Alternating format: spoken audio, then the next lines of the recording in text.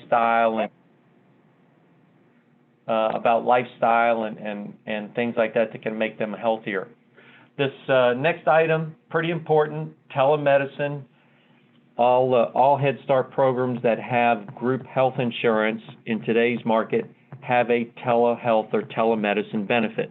Could be Teladoc, it could be Anthem or United or Optima's specific insurance company is partnered with a telemedicine vendor, and there's always a copay. Oftentimes with these health insurance companies, they'll either base it on the PCP or specialist copay. So depending on the plan, we have folks that have HSA plans, they're paying a $65 copay for Teladoc or telemedicine. If you have an employee that is a member of this wellness program, the telemedicine is a zero copay. So you think about folks paying $25, $40, $65 for an office visit on telemedicine. That can add up if you're on a limited budget. So if they're a member of the wellness program, it's no cost. It's a free service. Couples Wise is a couples counseling, not just for folks that are having issues, but it's actually designed to make the family unit stronger. The HOPE 80/20 diabetic and weight loss program, virtual recovery system, is for folks that have either substance abuse or some type of addiction. This is huge. This is the Mayo Clinic's 24 Life program, and I have an entire piece that's just on the Mayo Clinic and this particular program. It's incredible. This program itself is designed to try to look at all aspects of a person's life to make it well balanced. They include travel discount benefits, just because anyone in HR or pursues wellness will tell you that sometimes we have to deprogram, get away from work, and so traveling is oftentimes how people do it. So there's a travel benefit that's included, and there's facial recognition just because it's an electronic-based program. The last benefit, which is brand new to the program, is an EAP program. I know that we offer EAP through many of the health insurance companies to our Head Start clients. It's a cost to the program to the tune of anywhere from about $3 to $5 per person per month. EAP is included in the wellness program. There's no additional cost, and it's actually a little more robust than what the insurance companies offer. Most of the insurance companies offer just this one counseling benefit right here. And what they'll do is they'll traditionally give about 3 sessions per incident for your employee if they're fighting any type of stress or interpersonal relationship issue or anything like that. This program, again, gives you more. It gives you 5 sessions per incident, but it also puts in a work-life benefit, a legal benefit, as well as a financial benefit to help support employees and their families. What I want to also mention is about this program is all the benefits and services of this thing not only extend to the employee, but if they have a family, their spouse and children will also each get their own basic, we'll call, app on their phone that allows them to access all of this. Because if you think about it, if I take this very first benefit right here, this health assessment, the answers to those questions are going to be different for me than my spouse or kids. So it's going to be personalized for each person. So if an employee enrolls, they actually get this for all the members of their family as well. That's the actual wellness program itself. Now, here's the benefit for employers and employees above and beyond what we just talked about. First off, you need to know that wellness programs that are activity-based started back in the 70s, but more importantly, right now, they became an important part of the health contingent part of the Affordable Care Act.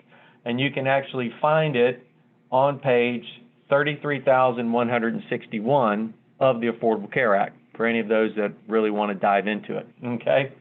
The guidelines are basically developed by the Department of Labor, Treasury, and Health and Human Services. Everyone feels that wellness right now is a big part of what will make us better as people and society.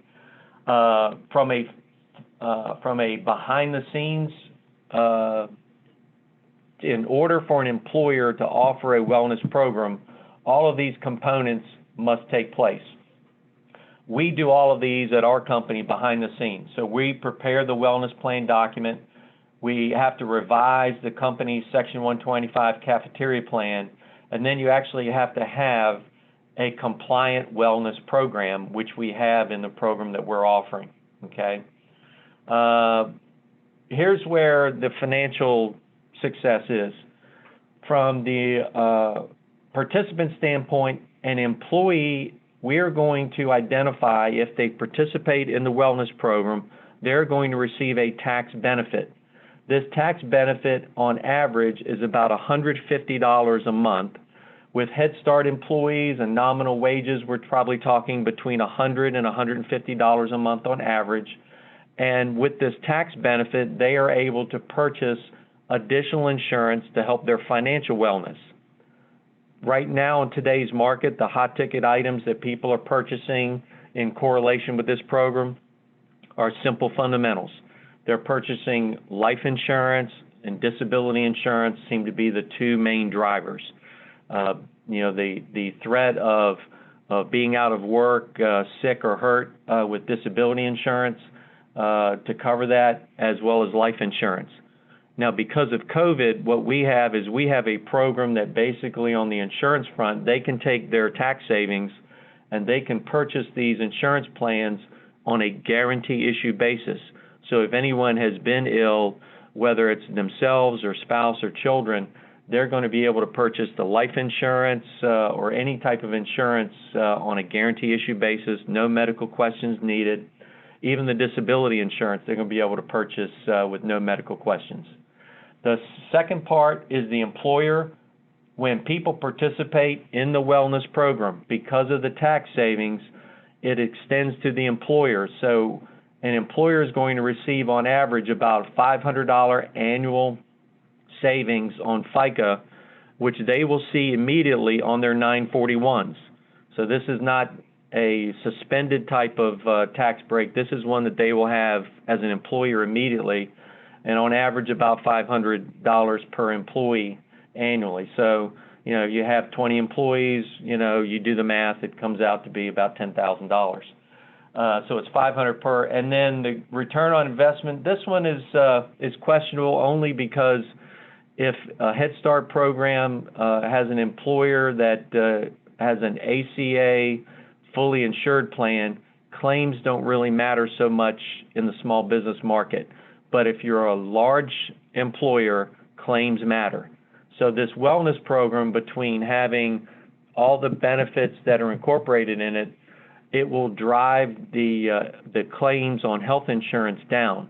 The average right now, they're driving down, they say over a 3-year period, is about $1,400. And that means real savings to the employer, because if their claims matter, if they have more than 50 employees and their claims matter, or if they are on a self-funded plan, every claim works against the renewal. So this is huge. It's a win-win for everybody.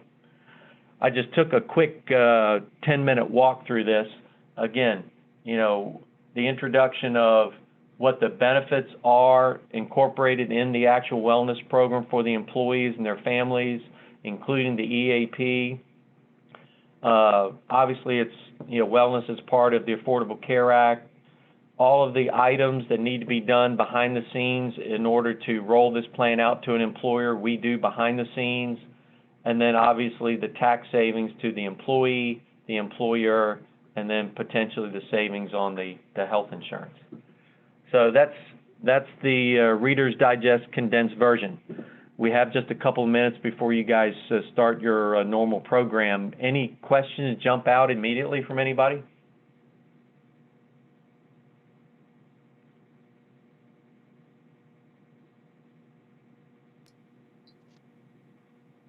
Can you share your PowerPoint? I can. Okay, that would be helpful. Yeah.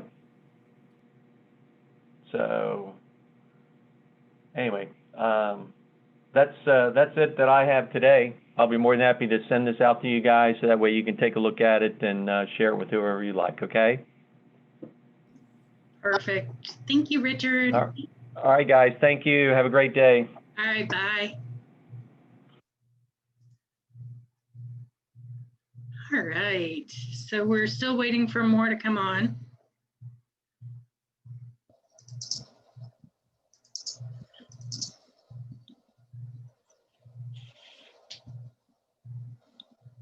Is everybody thankful it's Friday? Yay, I'm so excited. Anybody trick-or-treating? That one, yes. Is anybody giving out candy, put it that way? I told my husband, I was like, it's just us. I just can't see it. I'm sorry. I just can't. Because if I have it at my house, I'm going to eat it. So, you know, that's just not, I don't need that part.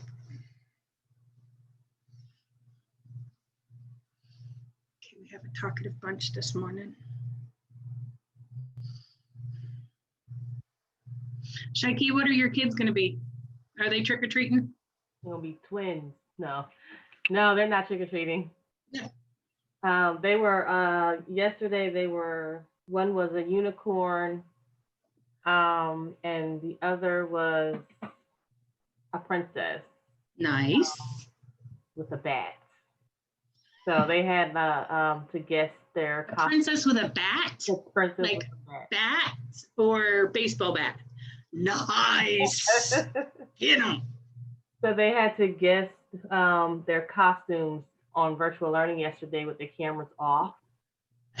They had to get clues, so that's what they did yesterday. But we're not trick or treating tomorrow. We just have a bunch of fun activities planned. That's all that needs to happen right now. I mean, it's just too crazy out. Yep. Make some candy apples and coming to your house. Pumpkins. I saw a really cool recipe on Facebook, I think it was, where you slice the apples and drizzle with the caramel and different toppings. And then you fry it, and then you, oh, okay. And you can I just saw something different. pick them up and eat them versus biting them. So I like that. Nice. Try that tomorrow. I saw something that they took that and then they took the crescent, so they cut an apple ring and then they covered the outside in, like they rolled it in caramel and then they put it and wrapped it up in like a crescent roll and fried it. And then that way when you cut into it, it was like gooey. Oh, I was like, oh, wow, really? That could be deadly though. That could be dangerous in my house. I'm just gonna like keep eating grapes. Oh no. But you had a haircut. I love it. Yeah, you? Oh, Yeah. She's like, you're not talking. I like it. thank you. Good morning, everybody. You're like, what? Called out right away. Too funny. Well, Dawn's on another call, but we can go ahead and get started. I do have it recording, so we're all set to go. Okay. Well, good morning, everybody. Glad to see you. Happy Friday. It is the end of the month, the end of October. The time is going by so quickly. I hope that you all are doing well.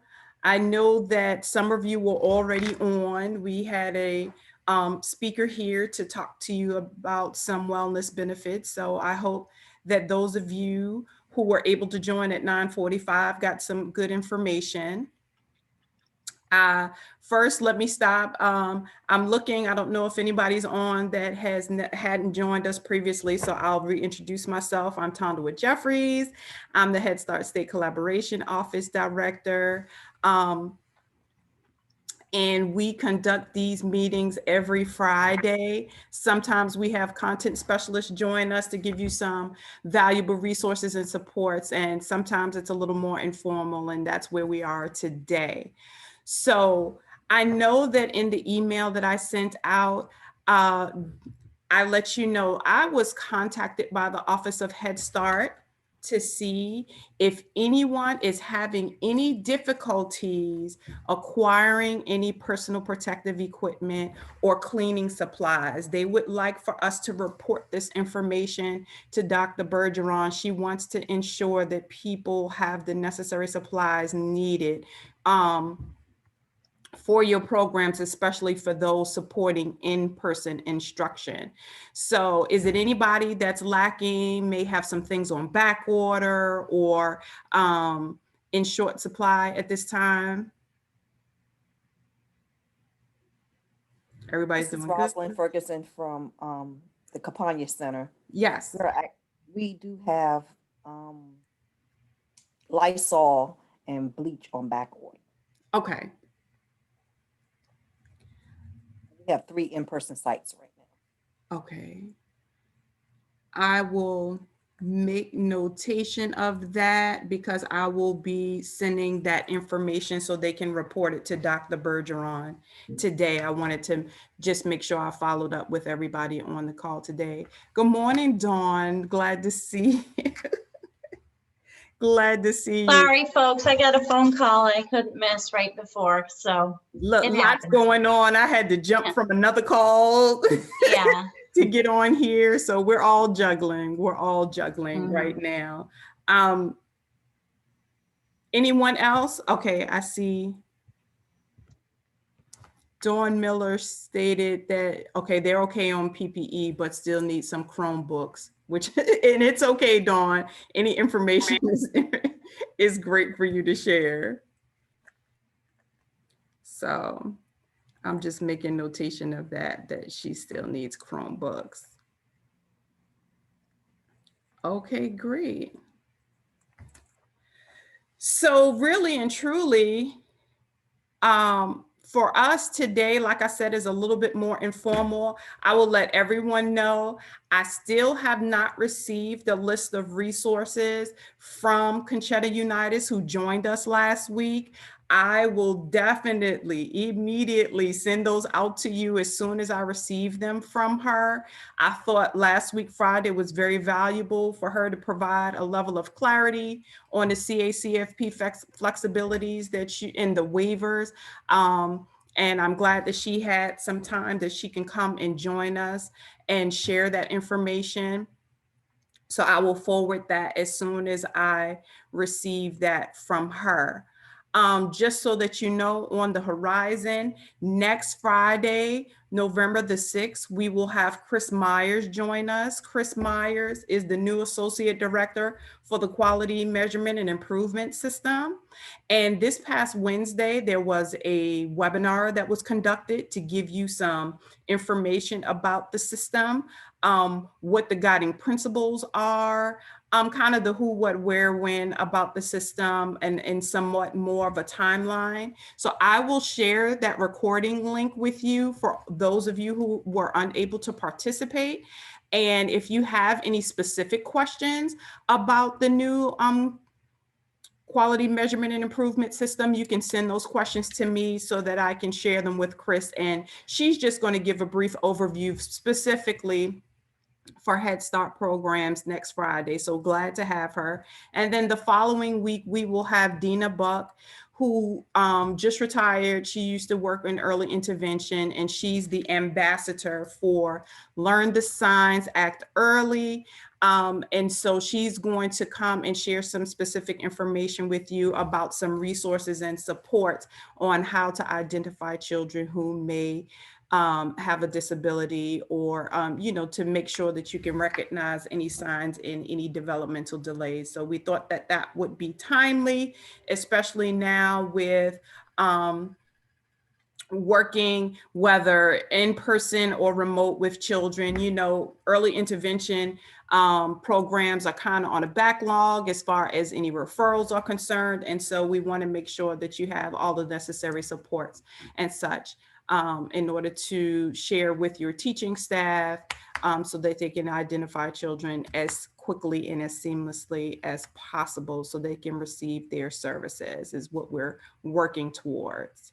So at this particular time, I want to be able to check in with everybody just to see how are you doing? How is everything going? Are you having any hiccups at this time? I know we're getting closer to the end of the year. We're wrapping some things up, moving into different phases. Some children are now returning to in-person instruction. Some of you have been doing that all along. Some of you are recently just returning to in-person instruction.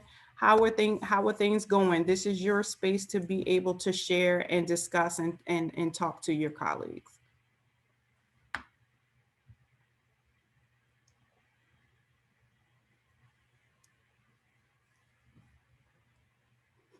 It's that kind of Friday. And that's okay. And that's okay. This is Shirley from STEP. How you doing, Shirley?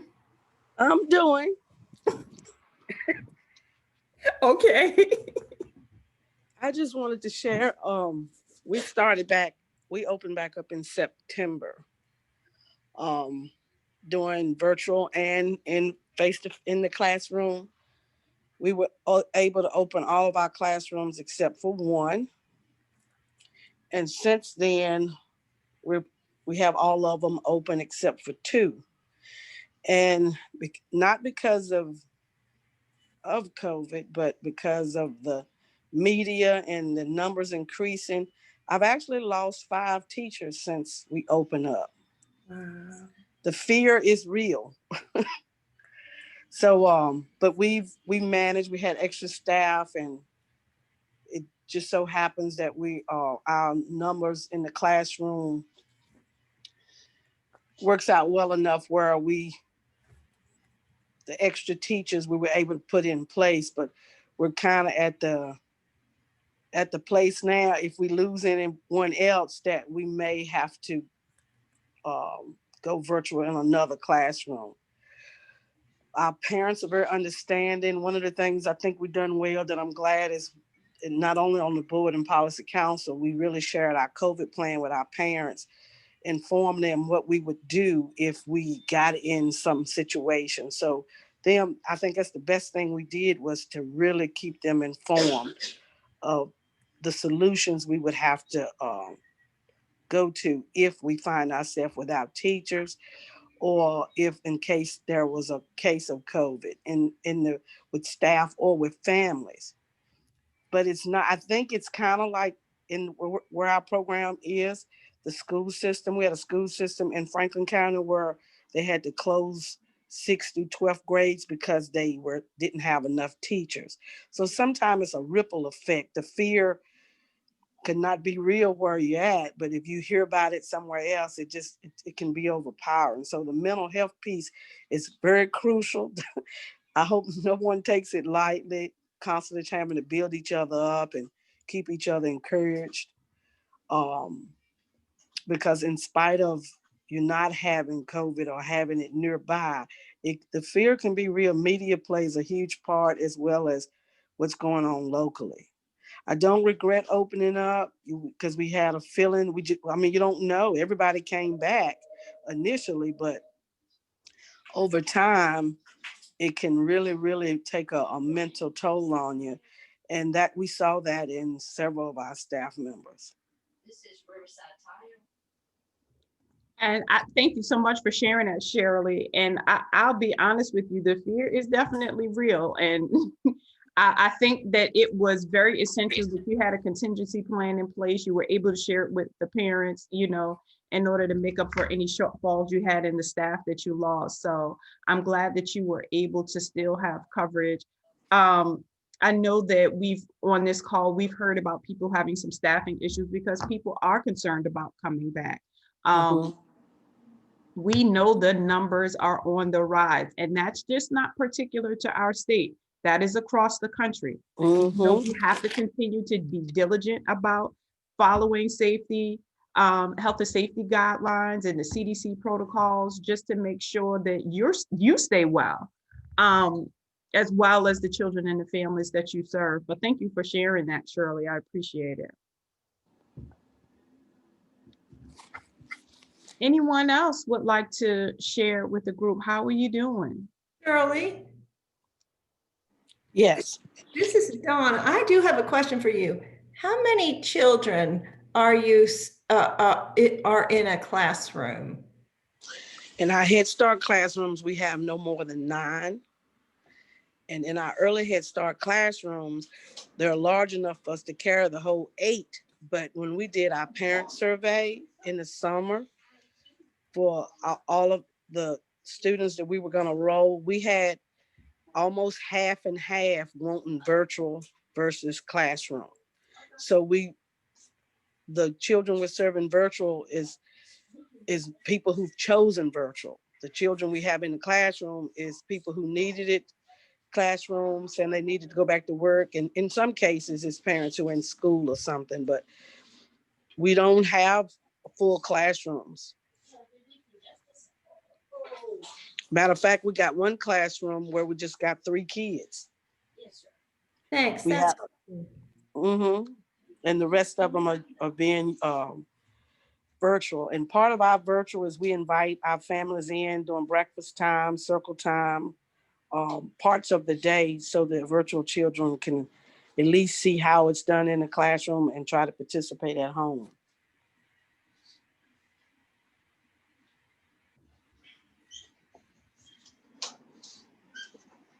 So we know the enrollment is low across the board. We really don't know the full effect of this, what it's going to really impact later on down the line. I can foresee that even next semester, we'll still be trying to get our numbers up. So I applaud all of you for continuing to recruit and register and try to enroll children as best as you can in during this pandemic, because this is really put us in a position where we have to step outside of ourselves and think of some other things to do in order to keep the programs going. So I definitely applaud you for all of your efforts in that particular area. I have a question, if that's okay. Sure. I was wondering if any of you would like to share if you have a read on the mental health of the children, whether you're virtual or in person. I mean, this is generally speaking, but how do the kids seem to be doing?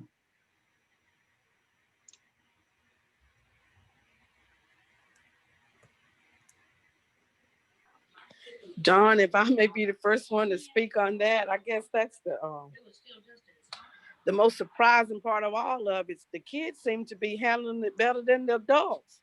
I've heard that. That's interesting. I've heard that from others, Shirley, which is actually a sign of resilience. But It really is. They come in laughing and smiling and speaking in the morning. The ones that's coming in on virtual, they're screaming and hollering, hey!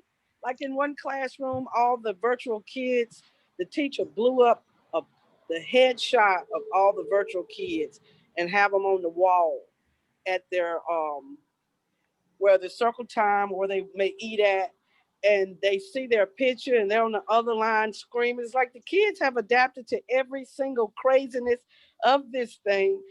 But it's hard sometimes, and most of the staff, they're upbeat and trying to keep each other encouraged, but it seems like the adults are the ones that are struggling the most instead of the children. Even the babies, our infants and toddlers, it's like they haven't missed a beat.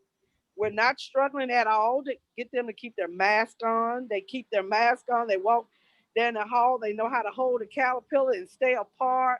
We have some little symbols on the floor so they can stay 6 feet apart. They make a game out of that, going from inside to outside.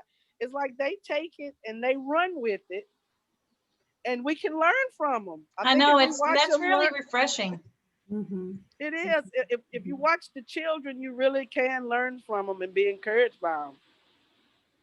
That's definitely been the sentiment across many early childhood programs, that the children seem to be adjusting really well to what is being placed on them at this particular time. And it's just taking some of the adults some time to really,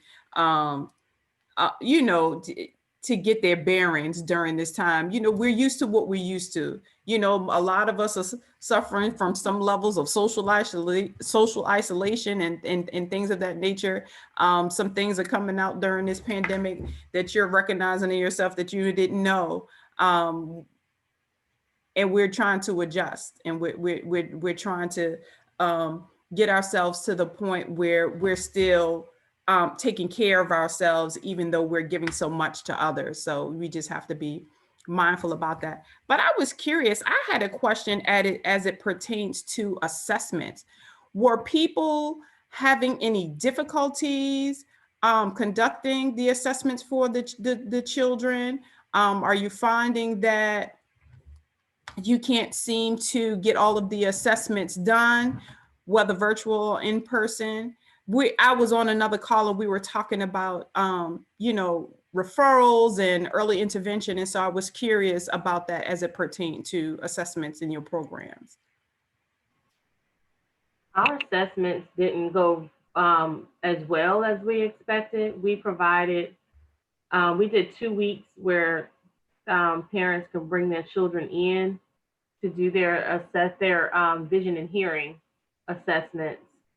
And out of about 280 kids, we only had 29 to come in. So, and they had 4 days to choose from, 4 days and times to choose from to come in and get it done. So that was a little disappointing, but at least we know we provided the opportunity.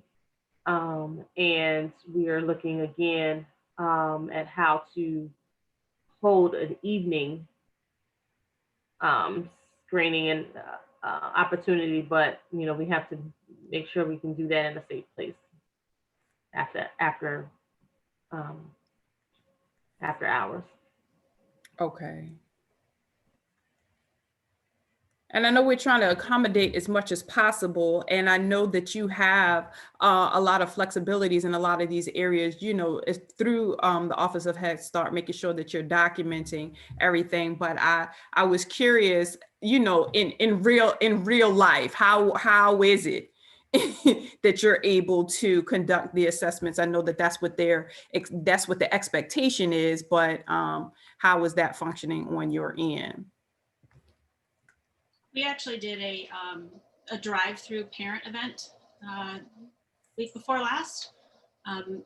Obviously didn't have all of the families that typically come to we call it a fall festival, but we did a health screening as well and did vision and hearing screenings for the families. Our health coordinator actually climbed in like people's hatchbacks to try to get screenings done.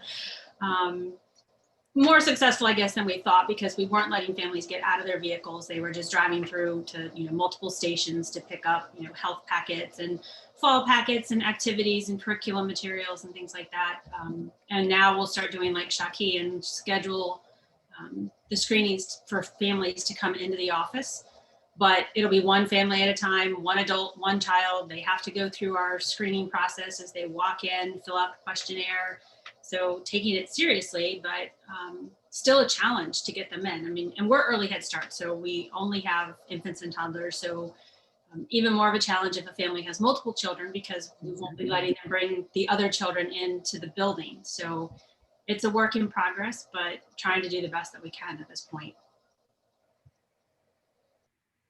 Completely understandable, Katie, but that was a good idea, the drive-through, because this way is the less interaction as possible. And, I'm sure that allowed for parents to be more open to that, so that they didn't. It's harder for the staff to not like jump in the cars and say, see the kids. And, our kids grow so fast. So we had some babies who were out, at 2 months and then going to virtual services, and now they're 8 months. And so just seeing the difference in the children was, so that was the harder part, was the staff going, I haven't seen you, and they wanted to.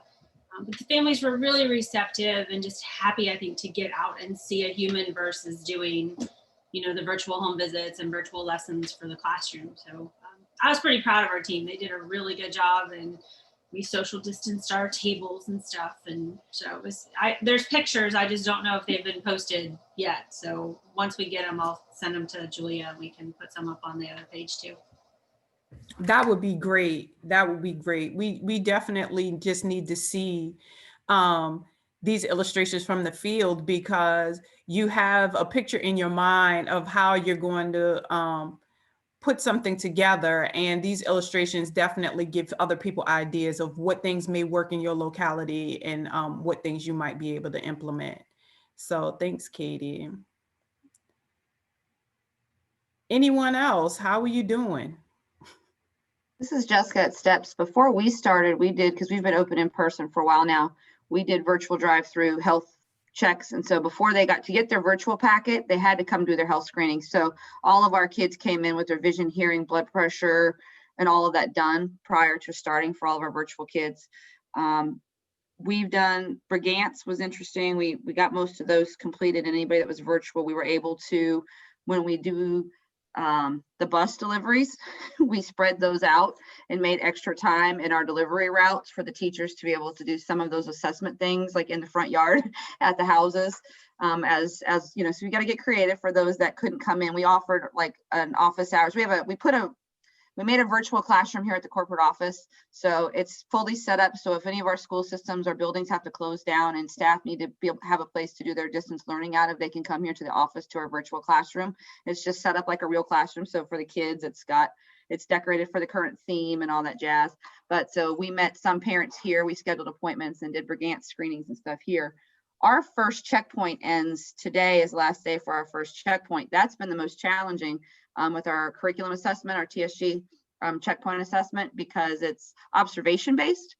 And so having to set out parameters for staff that say, if you do not have enough documented observations or evidence to complete the checkpoint, then do not complete the checkpoint, because I still need that assessment data to be reliable, because if I'm going to use that to formulate school readiness goals or look at any of that kind of stuff, I don't want them just guessing. So really, you know, for those of you who haven't got that far, it's like, you know, well, I don't want you to kind of guess. I need the expected number of observations and supporting documentation to go with that. So that's been challenging. Some classrooms, we've been very lucky.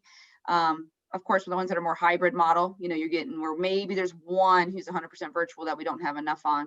Those that are 100% virtual are running about 50%, where we've got enough that we've been able to assess through small group virtual learning and our other virtual instruction. But that's been a harder assessment for us than the health information and that kind of stuff. So just my 2 cents. Thanks, Jessica. And I know I remember the Brigance, so I can only imagine how to complete that virtually. So you have to get pretty crafty thinking about, okay, I can only document what I see. If I didn't see it, I shouldn't put it in there, because it will interfere with the validity of the scoring that you put on the assessments. Absolutely. Thank you. Anyone else? How are you doing on this cold Friday?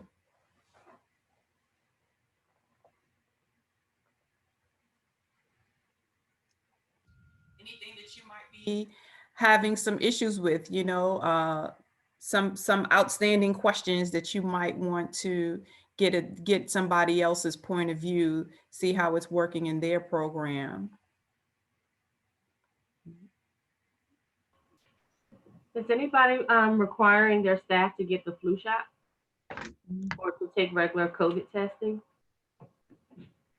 Well, you kind of can't with the regular COVID testing because they're not testing unless you have a symptom. But how about the flu shot?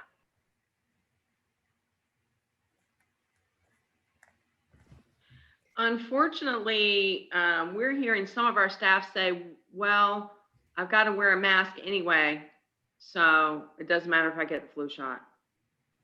We've offered them on site, but we encourage staff. We were so strong on the flu shot in the past that we said, if you opt not to get a flu shot and you work particularly with the most vulnerable groups, the infants and toddlers, that we were requiring staff to wear a mask. But now that everybody has to wear one anyway, we're having more people opt out, which is craziness to me, but that's just where we stand. We learned this morning that the health department, I know at least the Peninsula Health Department received a grant to do free flu shots. So we're setting up for our staff to get flu shots on next Friday. And we're doing a survey to kind of find out ahead of time who's going to actually show up for the flu shot. But my health coordinator was like, can we require them? I was like, no, I can't, we can't make them get a flu shot, but we can provide, an opportunity for them to get it.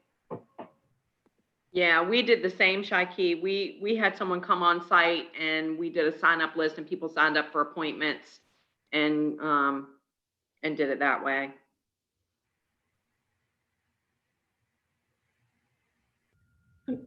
And in my agency, we used to always give, the flu shot. We had a day when the health department came in, and then we scheduled them to go to all of our centers for not just the Head Start and Child and Family Development staff, but for anyone that works for the agency, and even their family members could come on that day if they wanted to, and that's not happening this year. So, and we're still 100% virtual. So that's a good question. We haven't really followed up with that, but it makes me think of another thing that my staff brought up that we normally just see and it happens.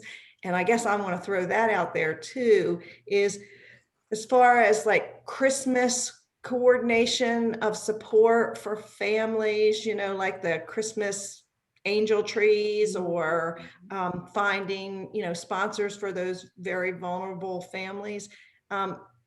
Is anybody seeing that change because of the current circumstances? Because we're seeing a whole lot less organizations involved in that, and we're trying to figure out how to continue to support families for that.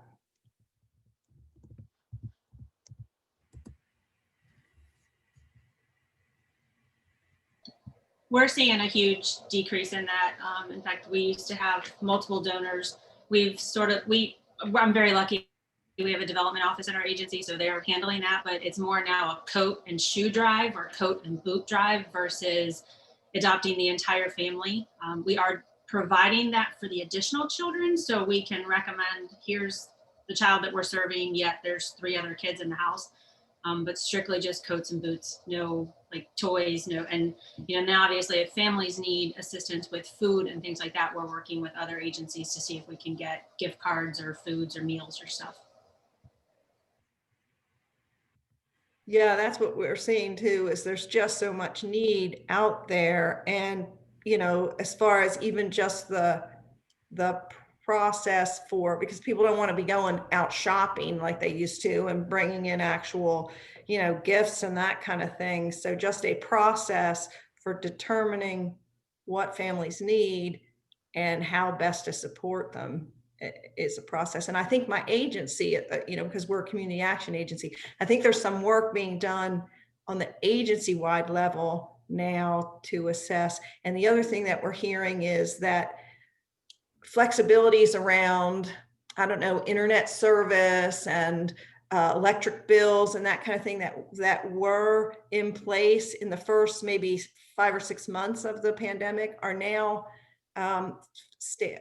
families are now seeing that they're not getting those flexibilities anymore, that they've got outstanding utility bills that are now they're being told by their utility provider, we've got to start figuring out a way to get these paid. So I think on the agency level, we're looking at what that might look like in the communities that we serve, based on what funding we have available for emergency services related to the CARES Act and that kind of thing. So, but it's just now starting to bubble up as an issue because families are just letting us know. I think a lot of these agencies are stretched pretty thin. They've overextended because of COVID. And so, their funds and grants are getting depleted by helping above and beyond they would normally opt to do during the year. And we have to remember our families during the holidays, and this time is winding down. And then, we also have to factor in for Christmas breaks coming up and things of that nature when we won't be able to interact with them and see them during that time and how they will fare well. So I know that the Salvation Army, they're still doing the angel tree. But I think they're going to change how they collect the donations, you know, and people are opting more so to send things via online shopping, to make it a little bit more you know, less interactive, so that they, like you said, they won't have to go inside the stores in order to pick out the things and things of that nature. So a lot of different things to consider during this time. You know, we're so focused on particular pieces that, you know, when you look at the overall picture and what's going on, people are really, they have a lot on their shoulders at this time, and just adjusting has been a lot on everyone's plate, whether you are unemployed during this time and you're still focused on that. You know, we've talked on here about food insecurity. You know, we've talked about a myriad of different issues that parents are dealing with, and you know, we're just trying to be there to provide as many supports and resources as we possibly can. So yeah, and Dawn, you know, you were asking about the mental health side of it. I think, and I agree with what I heard too, is that we're seeing that the kids and the parents are doing the parents that I'm seeing engaging in the virtual services with their children are doing a really good job of trying to kind of protect their kids from, you know, stress related to this, and working with them and working with us. I mean, the parents are just doing such an awesome job on that part that relates to their kids interacting with the virtual service. But I have to say that when it comes to like our family advocates that are working with these families who are then knowing what's going on in the background, those staff are starting to feel a little bit of pressure, because more than usual, because, you know, they're thinking ahead to what they've always known. Like, well, I know that they always have issues in the winter paying their power bills, and by now we've usually worked out a strategy for that, but the issues are so much bigger. So the mental health service piece related to ensuring that the staff don't get overwhelmed, you know, beyond those staff that are trying to figure out what's going on in the classroom, but all those ancillary services, including the, you know, the making sure those screenings get done, making sure all of those other things get done that we normally do. I think we need to, I'm feeling like we need to make sure we know that staff and families are really just doing the best they can at this point, and to acknowledge the work that they're doing to try to keep above board, you know, keep their heads above water, and make sure that families are moving forward. It's not a year where we're going to see families setting, you know, big goals. It's more, the goals are going to be more around, let's keep our head above water, let's move forward. You know, and things take twice as long as they've taken in the past, and they cost more than they've cost in the past. So I think it's really important that as we continue to move forward with this, we don't lose sight of the fact that just because a lot of time has passed, we should be treating things more normally, because there's no normal to this. And I think that it's, you know, there's a lot of hidden pieces of it that we're still trying to figure out how it's affecting people, even though we are seeing that those kids, and they're the most resilient bunch, I think, in the group, are those kids that just keep coming every day, or just keep showing up on those for those videos every day. But there's a lot of other stuff going on. Yeah, and I think too, we talked a lot about the holidays and assistance in terms of some of the tangible things to help families with food or gifts. But I'm worried a lot about depression this winter with a lot of families, and not just our Head Start families, but to think about people not being able to see their families, or all their traditions have changed, or, you know, all these extra things that have changed because of COVID. And the kids, just lucky for them, they just go with it because they're young, but we know we carry the burden, and the change is hard. And so I guess I'm just saying the mental health piece, and I don't have any answers for it, but I think we all need to be aware of depression when the clocks are turning back tomorrow and it's going to get dark at 5 o'clock. And that's a big deal. And people are in their homes on quarantine and it's dark that early. Because remember when we did this, it was March and then springtime. We've never been shut in the winter like this. And I don't know if we're going to be shut in, but I'm just saying there's a potential for a lot of things to come up this winter. Not trying to be negative, just saying there's just a lot to think about. You know, just trying to be mindful and being realistic about things. You know, my family is from another state, and so just to be able to navigate just basic interactions and communication, you know, to try to have a Zoom call with people over the age of 75 has really been it's been interesting to say the least. But everybody, you know, including ourselves, we just have to be mindful of the space that we're going in and do all that we can to take care of ourselves totally. And, you know, as the adults in the picture, the parents that we work with, they're trying to make it seem like everything's okay. You know, they're trying to take it in stride in order for their children to continue to be resilient. So we have to be mindful of that as well. but kids also do pick up on their parents' stress, obviously. And so it's just something, just another thought that, you know, just we got our eyes open. Winter is coming. Definitely. Can I ask a non-COVID question? Sure, that would be great. When we need to have prior written approval for an equipment purchase, what is the process for that? I can't find it written out anywhere. That is on one of the camp sessions. So I can go back through and I can send you a link for that. Okay, but it doesn't have anything to do with COVID. It's just, what is the process for getting that approval? Is that it's in one of the camps? I know they talked about that, but it should also be on eClick as well. Go ahead, Donna. I'm sorry to cut you off. I was going to say, almost every year since I've been a director, I've had to do this outside of my regular application. It requires a budget amendment. You have to run it through your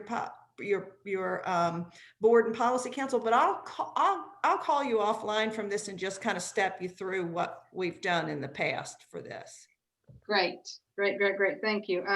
Email me. I know regional office is busy too, but I don't get good responses back when I put out a question like that. So yeah, that would be super helpful, Donna. Email me your phone number or something. Okay, sure. I'm dbuckland@peopleinc.net. So I'll put it in. Say it again. I'll put it in the chat. I'll send it. Okay, thanks. Because yeah, I have experience there. So great, thank you. Donna, this is Dawn Miller, Spotsylvania. Yeah. Maybe you could help me touch base as well. I put 3 requests in through the enterprise system because I have money in the COVID CARES funding in the object class categories for personnel and fringe, which I do not want to use. And, you know, I've already adjusted because I took something out of equipment and moved that to other. And now I'm requesting to do this. And the only information that they keep saying is that I don't have to move it. I can, but when I write back a confirmation, so I can spend materials and supplies when I have money sitting in fringe and personnel, they will not say yes. And they also won't send me the 424A back so that I could change it, which is what they did when I moved the equipment. Now, I can tell you, and I want to kind of put a disclaimer that I am not the Office of Head Start, but I can tell you equipment requires prior approval changes. Other object categories, it depends on the amount of money you're moving and it depends on your current budget. And there is guidance on eClick about it. and I don't know who's your grantee specialist, not your program specialist. Well, we have a long, not very nice history with him, which is part of my issue right here. Because right now I'm trying to change something else, and he told me where to go in Grant Solutions. And when I called Grant Solutions after an hour of searching it, the answer was, I don't even have access as the grantee to what he told me to do. So I got that issue over there, and I've got the closeout issue. I got a bunch of stuff going on. It's Mike Garofalo. Okay. Yeah. I don't know very much about him. I know of him because I had a little gap where I had to work with him. But so I don't want to give you advice on that, because other than to say that you probably need to just do as much research as you can in eClick about moving money between the cost categories, because unless it's equipment that requires a prior approval, I haven't seen where you have to specifically get a budget amendment to do it, unless it falls into a certain category of a percentage of your total budget. Yeah. So I don't know. Well, you did answer my question about why they sent it back to me to move the equipment out. That answers that. So I've been researching and I've been looking everywhere for the COVID. This is specifically the COVID. Yeah. And I know it says you don't have, we have a lot of flexibility, but to me, when I think you're answering my question in that I had to move the equipment out. Yeah. With my 424 being returned. So I haven't spent it into it yet, but I'm ready to spend it because I need that money, but. Yeah, I think you just have to really document everything you're doing, and we've got that new thing that's due November 13th, the COVID. Did you see there's yes, that's in the enterprise. I've seen that. And that may have some direction too, because there, I think you have to provide additional detail that I haven't looked at it yet, but I think you have to provide additional detail that we didn't have to provide in the initial COVID because they needed that back so quickly. So you may have an opportunity there to adjust, to make that notification too. That's a good idea to put it in the notes section. Yeah. Or something. Yeah. All right, good. Thank you so much. Anything helps, because it's hard to deal with somebody when they're ready to just sort of attack. And we've been in this mode for 12 years.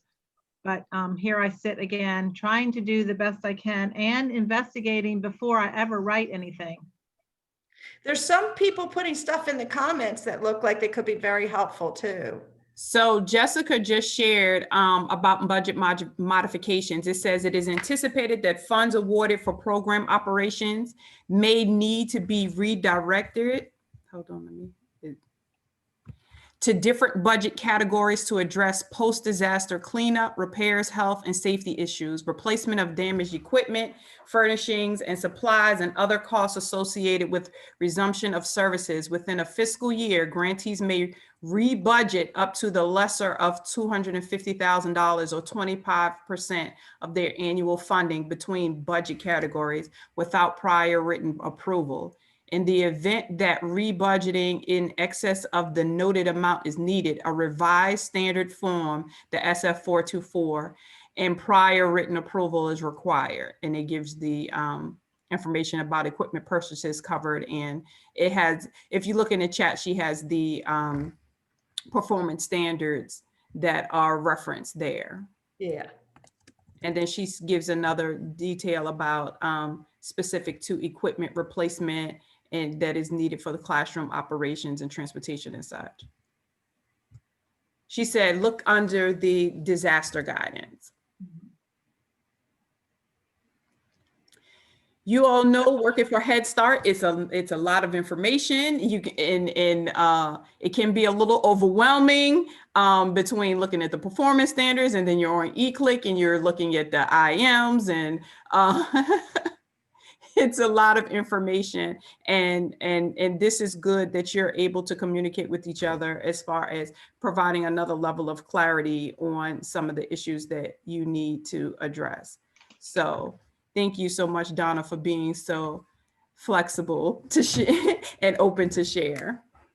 And thanks to Jessica for, Jessica. that's exactly what. Jessica, thank you so much. Yeah. You went into extreme detail there, and that is definitely needed. So we definitely appreciate that. Did you all see that Katie Stockhausen had asked if there is an interest in getting a group together regarding Focus Area 1?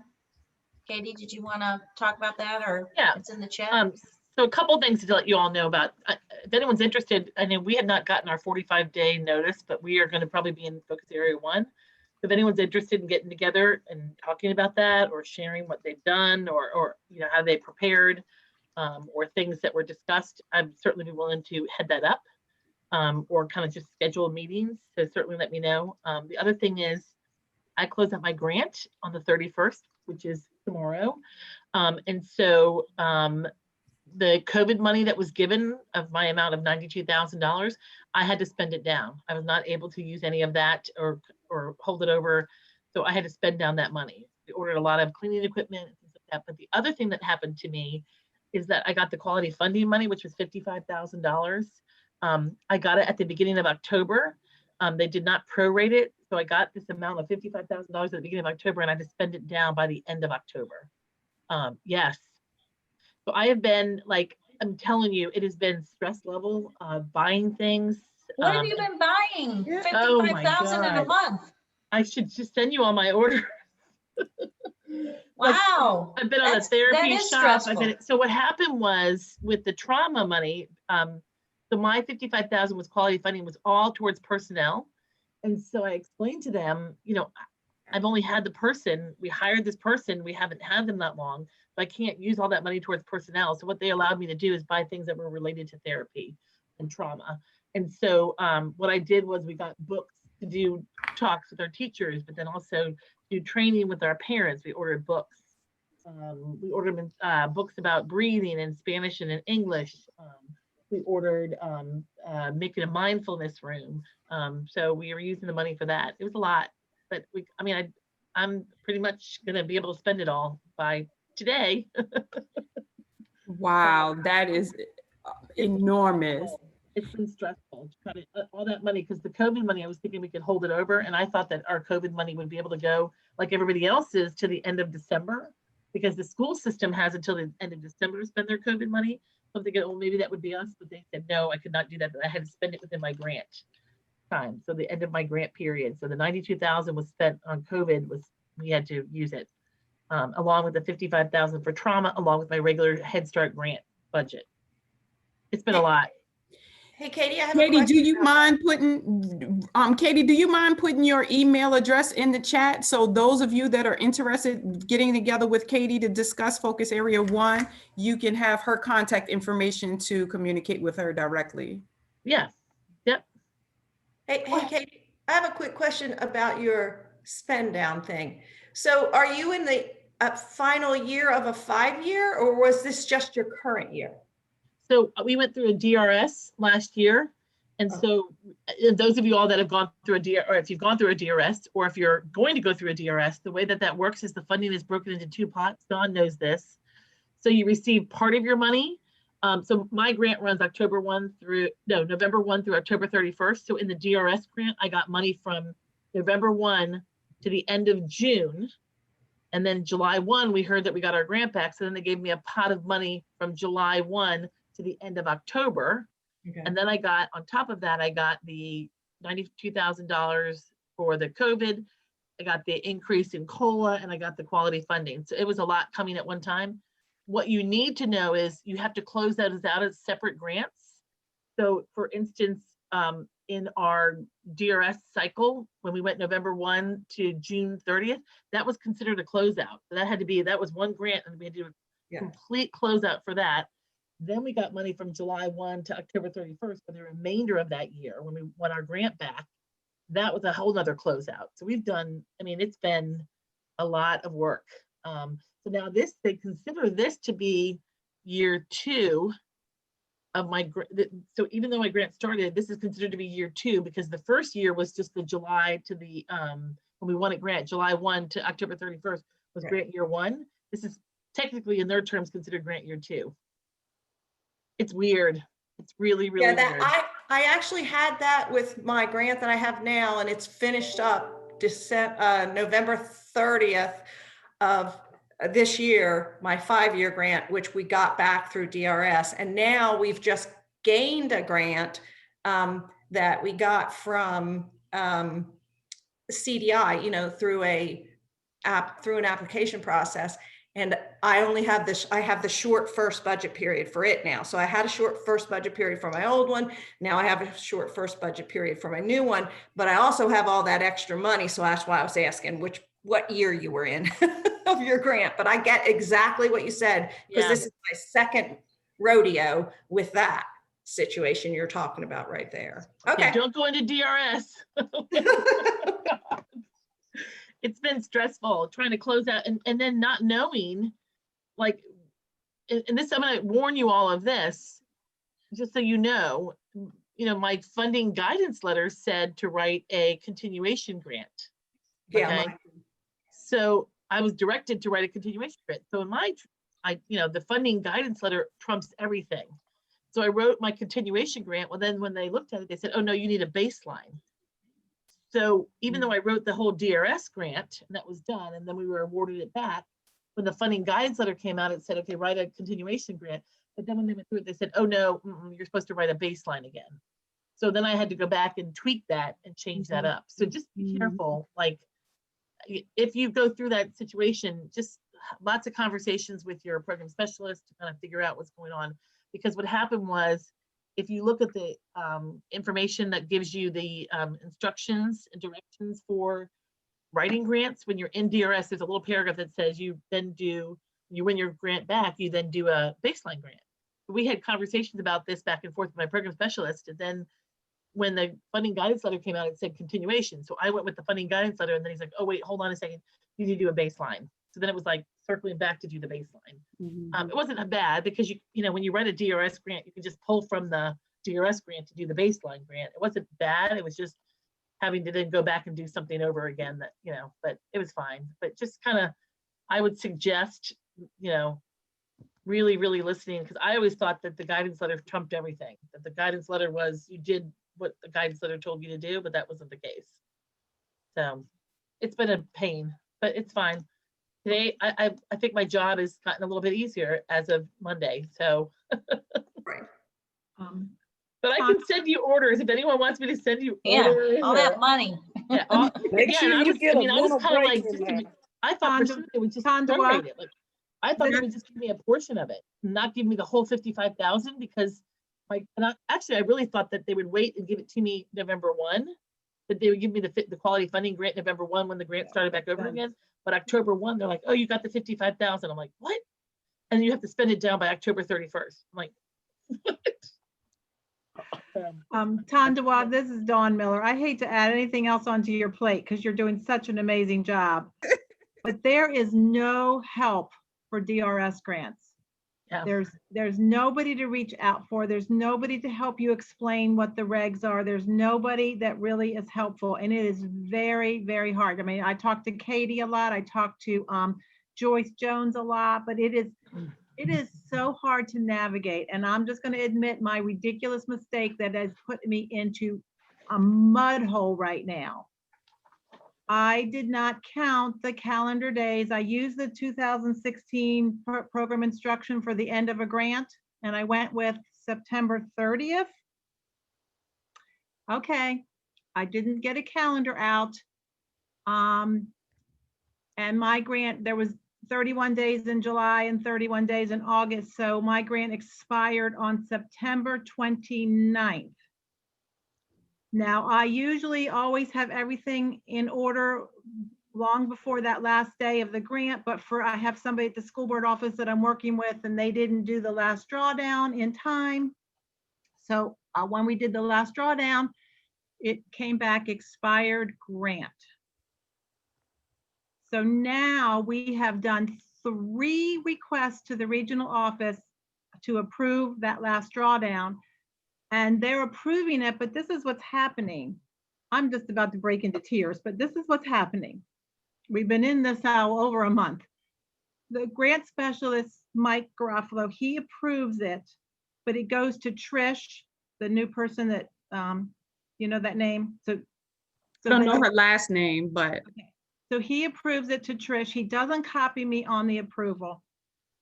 Trish takes when we finally get something, we can see the email thread, and then Trish takes 2 or 3 days to tell Cornelia Baker, who's from a help desk, takes Cornelia Baker 2 or 3 more days to get to my PMS person at the school board office. And guess what?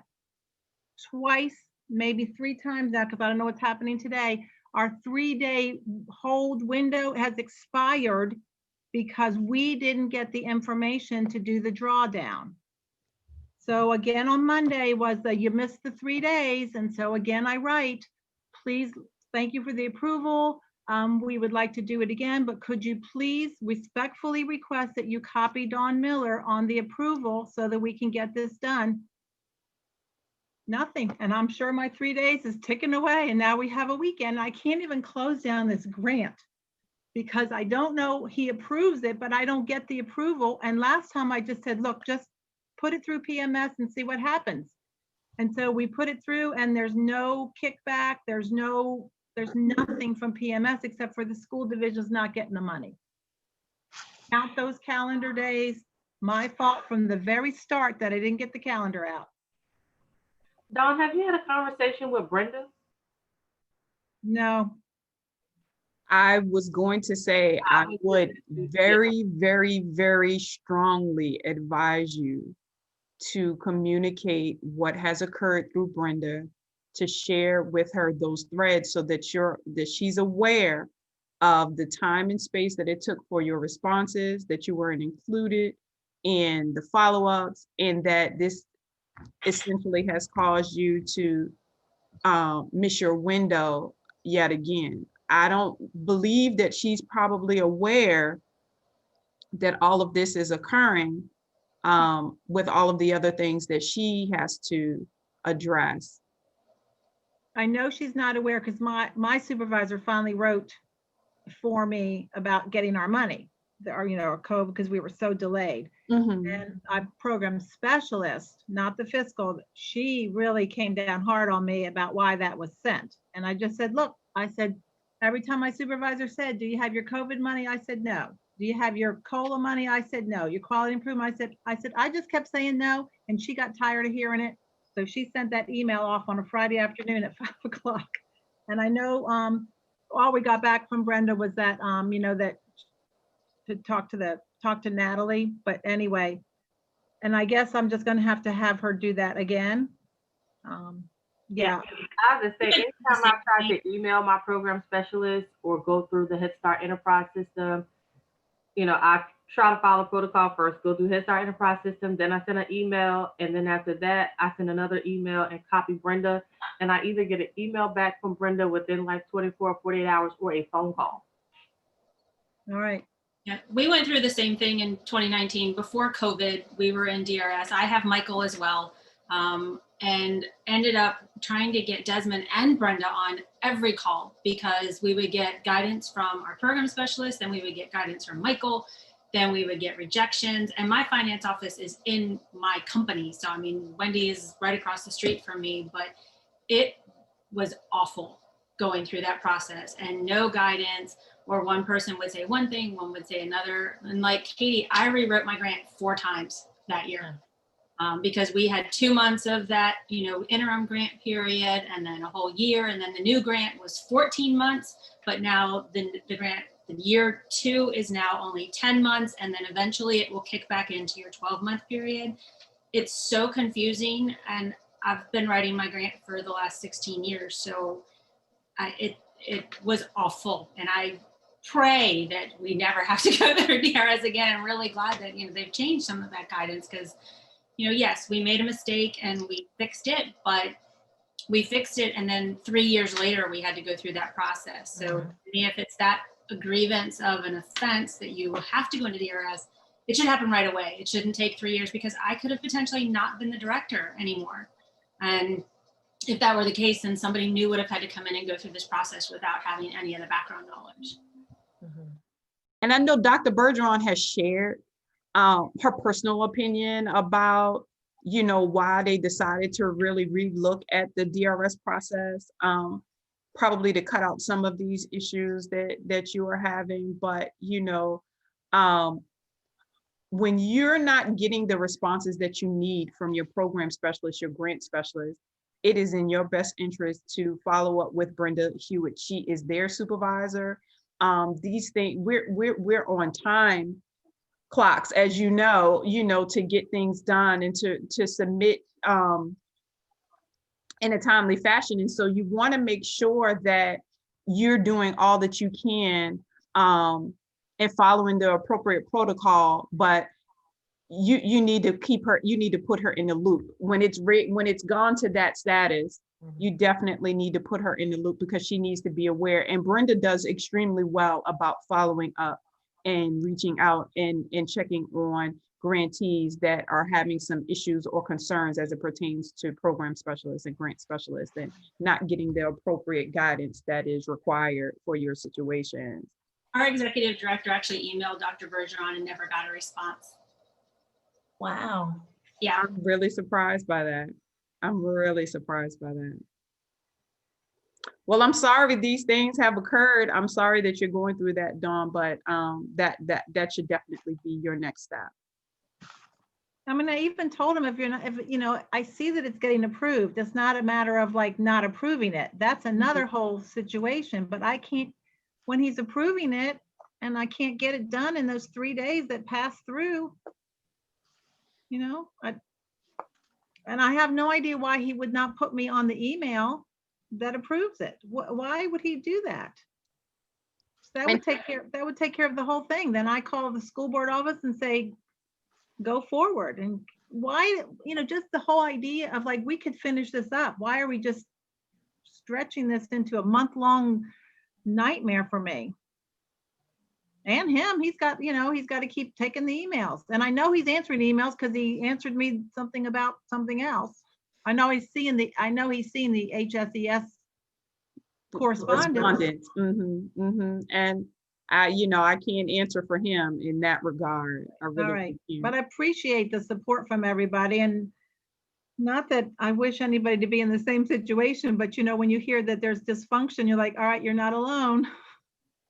No, definitely not. Definitely not.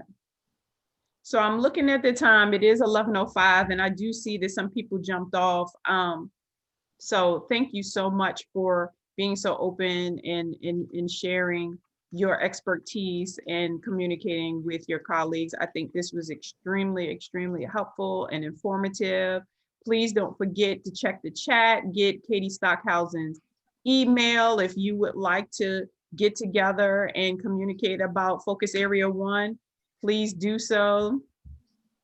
Reach out to her. I think that would be a great support for all of you. I want to give a quick reminder, the needs assessment survey, I've extended the date. So if you can get it in by Friday, November the 6th, that would be greatly appreciated. We're just trying to increase the level of participation. Right now we're at less than 50%, and I would love for that to be higher number. So please take the time. I know you have a lot going on, but I would appreciate it if you take the time in order to complete that needs assessment survey by Friday, so that we can put that compilation together, and then we can share out and talk about what the results were and look at the gaps in services and see what we can do to move forward for the next school year. That would be greatly appreciated. Tondua, just a quick question about the needs assessment. Yes, I have mine open on my browser because I'm scared to close it. But if I close it and go back in, we'll have to start over. If you have difficulty when you go back in, Sue Murdoch can tell you what, she can get you back to where you left off. Yes, she can get you back. Now for the weekend then. Yes, ma'am. Yes, ma'am. And if you have any difficulties, just email Sue, and she's really diligent. She'll get you back in where you left off so that you don't have to start from the beginning. Thank you. So thank you for that question. So look, I just wanted to share real quick. I was trying to be supportive today. I have my Head Start shirt on. for this cold Friday. So Dawn, did you have any closing thoughts? No, I'm just glad we are continuing these calls. I think it's providing a wonderful space for you all to work together. And we're actually getting to know each other better too. That's what I was just gonna say. I just think that we see each other at conferences and it's so quick, like, hey, what are you doing? I mean, this has been such a great format to get to know one another. Like now I know who people are at certain locations that I really didn't know before. So this has been awesome. I hope we continue to keep doing this. Yes, it's been Tondwa for her start, because we've gotten to know her and she's gotten to know us too. I mean, this is big. It's a lot better than phone calls in a lot of ways. Yes, you see names on the page, and so you put names with faces, and I'm all about building relationships.